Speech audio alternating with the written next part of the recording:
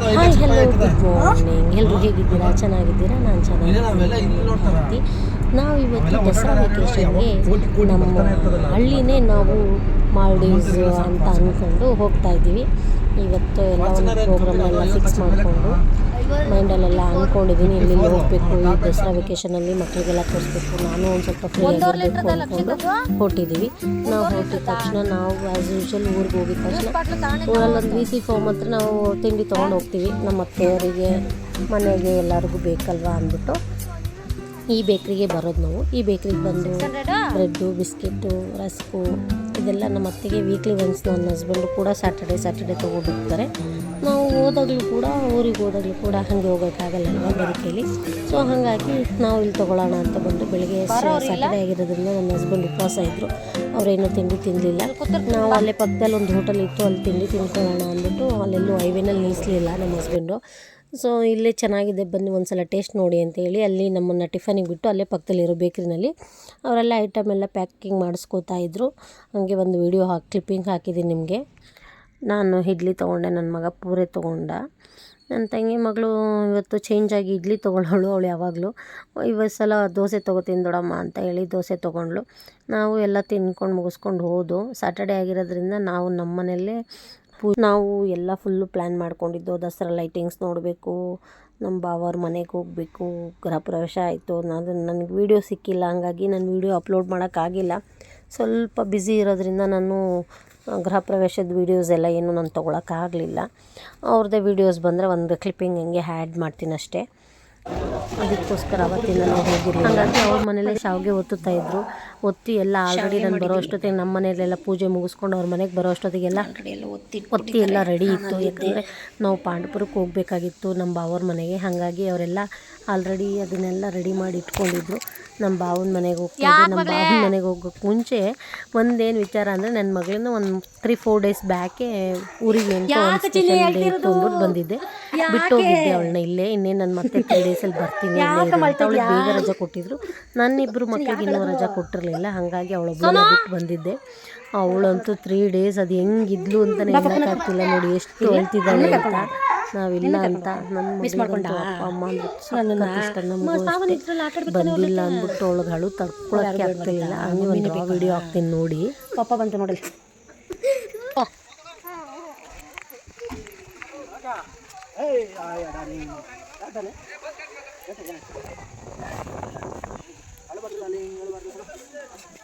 ಈಗ ಮಗಳು ಮನೆ ತೋರಿಸ್ಬಿಡ್ತಾಳೆ ಎಲ್ಲ ಅಲ್ವಾ.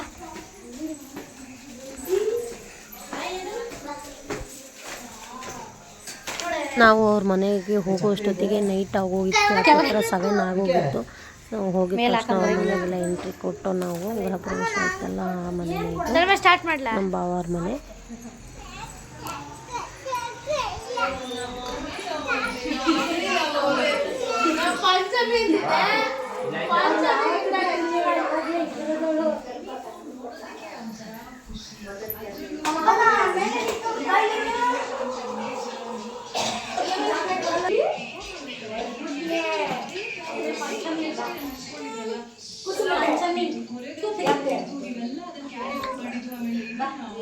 ನಮ್ಮ ಅಕ್ಕವ್ರಿಗೆ ಟ್ವಿನ್ಸ್ ಬೇಬಿ ಅಲ್ವಾ.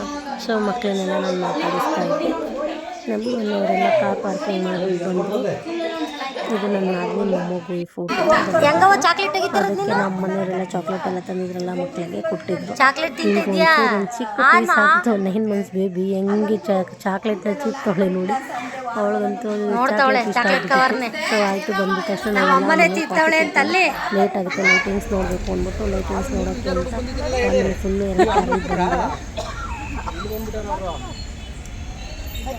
ಅಪ್ಪ ಟ್ರಾಫಿಕ್ ಹುಡುಕುವಷ್ಟೊತ್ತಿಗೆ ಪಾರ್ಕಿಂಗ್ ಸಿಗೋ ಅಷ್ಟೊತ್ತಿಗೆ ಎಷ್ಟು ಲೇಟ್ ಆಗೋಯ್ತು. ಪಾರ್ಕಿಂಗ್ ಮಾಡಿದ್ದೀವಿ. ಕುಟ್ಮೇಳಗೆ ಹೋಗ್ತಾ ಇದ್ದೀವಿ. ಅಷ್ಟೆಲ್ಲ ಫುಲ್ಲು ಟ್ರಾಫಿಕ್ ಜಾಮ್ ಇರೋದ್ರಿಂದ ಬೇರೆ ರೋಡಲ್ಲಿ ನಾವು ಬಂದು ಮೇನ್ ರೋಡಿಂದ ಬರಲಿಲ್ಲ. ಲೈಟಿಂಗ್ಸ್ನೆಲ್ಲ ನೋಡ್ಕೊಂಡು ನಾವು ಬ್ಯಾಕ್ ಸೈಡಿಂದ ಬರೋಕ್ಕೆ ಹೋಗಿ ಎಂಥ ಪ್ರಾಬ್ಲಮಲ್ಲಿ ಸಿಕ್ಕಾಕೊಂಡು ಹೋಗುತ್ತೆ ನಾವು ಪಾರ್ಕಿಂಗ್ ಸಿಕ್ಕಿ. ಅದ್ರಲ್ಲಿ ಬೇರೆ ಮೈಸೂರಲ್ಲಿ ಒಂದೇ ಅಂದ್ಕೊಂಡು ಅಲ್ಲಿ ಇಲ್ಲಿ ಹೋಗಿ ಪಾರ್ಕಿಂಗ್ ನಿಲ್ಸೋಕ್ಕೆ ಪೊಲೀಸ್ನವ್ರು ಇಲ್ಲಬೇಡ ಅಲ್ಲೋಗಿ ಇಲ್ಲಬೇಡ ಇಲ್ಲೋಗಿ ಅಂತ ತುಂಬ ಇದು ಮಾಡ್ತಾಯಿದ್ರು. ಸೊ ಎಲ್ಲ ಒಂದು ಕಡೆ ಫೈನಲಿ ಸಿಕ್ತು ನಮಗೆ. ಪಾರ್ಕಿಂಗ್ ಮಾಡಿಬಿಟ್ಟು ನಾವೇನು ಮಾಡಿದ್ರೆ ಫುಡ್ ಮೇಳಕ್ಕೆ ಬಂದ್ರಂತೂ ಯಪ್ಪ ಫುಲ್ ರಶ್ ಅಂದರೆ ರಶ್, ಕಾಲು ಇಡೋಕ್ಕೂ ಜಾಗ ಇರಲಿಲ್ಲ. ನಾವು ಯಾಕಾದರೂ ಬಂದು ಅಂದ್ಕೊಂಡು ಏನೂ ಗೊತ್ತಿಲ್ಲ. ಮೈಸೂರು ದಸರಾ ನೋಡಬೇಕು ಅಂದರೆ ಯಾವ ವರ್ಷವೂ ನಾನು ಕ್ಲಿಯರಾಗಿ ನೋಡೋಕ್ಕೆ ಒಂದು ವರ್ಷ ಬಂದು ಲಾಸ್ಟ್ ಇಯರ್ ಬಂದಿದ್ದು ಫುಲ್ಲು ಹೆವಿ ಮಳೆ. ಹೆಂಗೆ ಮಳೆ ಇತ್ತು ಅಂದರೆ ಕಾರ್ ಒಳಗೆಲ್ಲ ಮಳೆ ಬರೋಕ್ಕೆ ಸ್ಟಾರ್ಟ್ ಆಗೋಯ್ತು ಎಂಟ್ರೆನ್ಸಲ್ಲೇ. ನನ್ನ ಹಸ್ಬೆಂಡ್ ಅಯ್ಯೋ ಕಾರ್ ಇದು ಇನ್ನೊಂದು ಸ್ವಲ್ಪ ಮುಂದೆ ಹೋದರೆ ಫುಲ್ಲೆಲ್ಲ ಕಾರಲ್ಲಿ ನೀರು ತುಂಬೋಗುತ್ತೆ ಬೇಡ ಅಂತ ವಾಪಸ್ ಕರ್ಕೊಂಡ್ಬಿಟ್ರು. ಅವತ್ತು ನೋಡೋಕ್ಕಾಗಿಲ್ಲ, ಇನ್ನೊಂದು ಸಲ ಹೋದು ಅವಾಗಲೂ ನೋಡೋಕ್ಕಾಗಿಲ್ಲ. ಈ ವರ್ಷ ಬಂದಿದ್ದೀವಿ. ಈ ವರ್ಷ ಅಂತೂ ಫುಲ್ ರಶ್ಶು, ಫ್ಯಾಮಿಲಿ ಫುಲ್ಲು ಮಕ್ಳು ಕರ್ಕೊಂಬಂದ್ಬಿಟ್ಟಿದ್ದೀವಿ. ಫುಲ್ಲು ರಶ್ ಅಂದರೆ ರಶ್ಶು. ಸರಿ ಏನೋ ಒಂದೆರಡು ತಿನ್ಕೊಂಡು ಸರಿ ಫುಡ್ ಮೇಳನೇನು ಜಾಸ್ತಿ ನೋಡೋಕ್ಕಲ್ಲ, ಲೈಟಿಂಗ್ ನೋಡ್ಬೇಕು ನಾವು ಅಂದ್ಬಿಟ್ಟು ಫುಡ್ ಮೇಳ ನೋಡಿ ಮುಗಿಸ್ಕೊಂಬರೋ ಅಷ್ಟೊತ್ತಿಗೆ 10:30 ಹತ್ರ ಹೋಗಿತ್ತು. ಲೈಟಿಂಗ್ ಕ್ಲೋಸ್ ಆಗಿಬಿಡುತ್ತೆ ಅಂದ್ಬಿಟ್ಟು ಬೇಗ ಹೊರಟು ನೋಡಿದ್ರೆ ಲೈಟಿಂಗ್ ನೋಡೋಕ್ಕಾಗಲಿಲ್ಲ. ಆ ಫುಡ್ ಮೇಳ ಮುಗಿಸ್ಕೊಂಡು ಅಲ್ಲಿ ಲೈಟಿಂಗ್ ಪಾರ್ಕಿಂಗ್ ಹತ್ರ ಹಾಕಿ ಮತ್ತೆ ಪಾರ್ಕಿಂಗ್ ಮಾಡಿ ಪಾರ್ಕಿಂಗ್ ಹತ್ರ ಹೋಗಿ ಗಾಡಿ ತೊಗೊಂಡು ಮತ್ತೆ ಪಾರ್ಕಿಂಗ್ ಮಾಡಿ ಮೈಸೂರು ಲೈಟ್ ಅರಮನೆ ಲೈಟ್ ನೋಡೋಣ ಅನ್ನೋದಕ್ಕೆ ಜಸ್ಟ್ 1-2 ಸೆಕೆಂಡ್ಸಲ್ಲಿ ಲೈಟ್ ಹಾಕ್ಬಿಡ್ತು. ಬಂದಿದ್ವಿ ಎಷ್ಟಾಯ್ತಲ್ಲಪ್ಪ ಅಂತ ಅಂದ್ಕೊಂಡು ಇನ್ನೇನು ಮಾಡೋಕ್ಕಾಗಲ್ಲ. ಇನ್ನೊಂದು ಸಲನೂ ಹೋಗೋಕ್ಕೂ ಆಗಲ್ವಲ್ಲ, ನೆಕ್ಸ್ಟ್ ಇಯರ್ ನೋಡೋಣ. ಈ ಇಯರ್ ಎಲ್ಲ ಸ್ವಲ್ಪ ಪ್ಲ್ಯಾನ್ ಆಯ್ತಲ್ವ ಹೇಗಿರುತ್ತೆ ಹೆಂಗೆ ಅಂತ. ನಮಗೂ ಅನುಭವ ಜಾಸ್ತಿ ಗೊತ್ತಿರಲಿಲ್ಲ ಮೈಸೂರಲ್ಲಿ. ನಾವು ಯಾರನ್ನೂ ಕೇಳೋಕ್ಕೋಗಿಲ್ಲ, ಸುಮ್ಮನೆ ಆ್ಯಸ್ ಯೂಶುವಲ್ ಏನು ಬರಬೇಕಿತ್ತು ಹೋಗೋಣ. ಏನು ಮಾಡೋಕ್ಕಾಗಲ್ಲ, ಲೈಟ್ ಆಫ್ ಆಗೋಯ್ತು. ತುಂಬ ಬೇಜಾರಿಂದ ಆಫ್ ಆಗಿದ ತಕ್ಷಣ ವಾಪಸ್ ಹೋಗ್ತಾ ಇದ್ದೀವಿ. ಇದಿತ್ತು ಎಕ್ಸಿಬಿಷನ್ನು. ಅಲ್ಲಿ ಒಂದು ಚೂರು ವೀಡಿಯೋ ಲೈಟ್ ಇತ್ತು, ಇದೊಂದೇ ಲೈಟ್ ಆಫ್ ಆಗಿದೆ. ಫುಡ್ಗೆ ಹೋಗ್ಲಿಲ್ಲ ಅಂದರೆ ಲೈಟಿಂಗ್ ನೋಡ್ಬೋದಾಗಿತ್ತು. 1-2 ಸೆಕೆಂಡ್ಗೆ ಇದು ಜಸ್ಟ್ ಈಗ ಆಫ್ ಆಯ್ತಾ ಏನೋ ಏನು ಮಾಡೋಕ್ಕಾಗಲ್ಲ. ಇವತ್ತು ನಮ್ಮ ಅದೃಷ್ಟನೇ ಚೆನ್ನಾಗಿಲ್ಲ ಅನ್ಸುತ್ತೆ, ಬೇಗ ಬರಬೇಕಿತ್ತು ಹಂಗೆ ಅಂತ ಮಾತಾಡಿಕೊಂಡು ಬಂದು ಇಲ್ಲಿ ಒಂದು ಸರ್ಕಸ್ ನೋಡಿದೆ. ಹೋಗೋ ಟೈಮಲ್ಲಿ ತುಂಬ ಚೆನ್ನಾಗಿ ಮಾಡ್ತಾಯಿದ್ಲಿ ಪಾಪ. ಇದನ್ನೆಲ್ಲ ನೋಡಿ ನನಗೆ ಅಂತೂ ಹೆಂಗಾಯ್ತು ಅನ್ಬೇಡಿ, ಬಟ್ ಹಳೇದೇ ಆಯಿತು. Thank you for watching. See you the next vlog.